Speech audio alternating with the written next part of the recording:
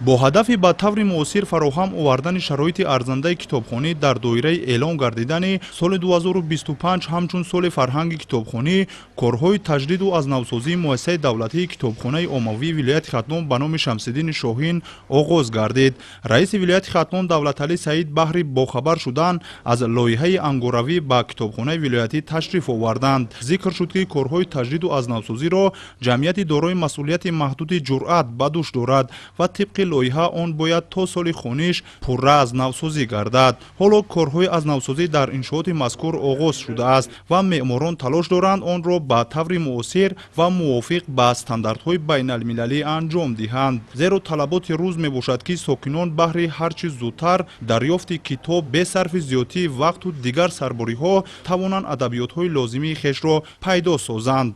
соли 2025 аз ҷониби муҳтарам раиси вилоят яъне соли китобхонӣ эълон шудааст ва ташкилоти ҷамъиятии ҷуръат яъне иқдом гирифт ки яъне як фазои хуби масалан китобхонӣ хизматрасонии нави инноватсиониро дар китобхонаи вилоятӣ баромонад ва албатта ин кори хонандаро дучанд осон мекунад, зеро ки вақте ки масалан одатан хонанда ба китобхона мебиён роҳҳои ҷустуҷӯи китоб масалан яъне вақтро мегирад, лекин бо истифода аз зеҳни сунъӣ имрӯзо хеле осон шудааст. Бо ин восита онҳо вақтро сарфа мекунанд, метавонанд ба тариқи овозӣ масалан фармоиш диҳанд ва китоб бихонанд.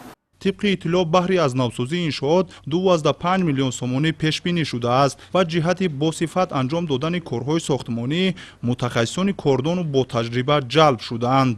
роҳбарияти вилоят зимни огоҳӣ пайдо намудан аз лоиҳа ба масъулон оид ба анҷоми босифати кор ва миллинамоии он маслиҳатҳои муфид доданд. қайд шуд ки шароити арзанда муҳити барҳавову ором сокинонро бештар ба мутолиа ҷалб мекунад ва завқи китобхонӣ дар ниҳоди ҳар як шаҳрванд низ дар чунин шароит бештар пайдо мегардад. китобхонаи мазкурро яке аз гирем ҷойҳои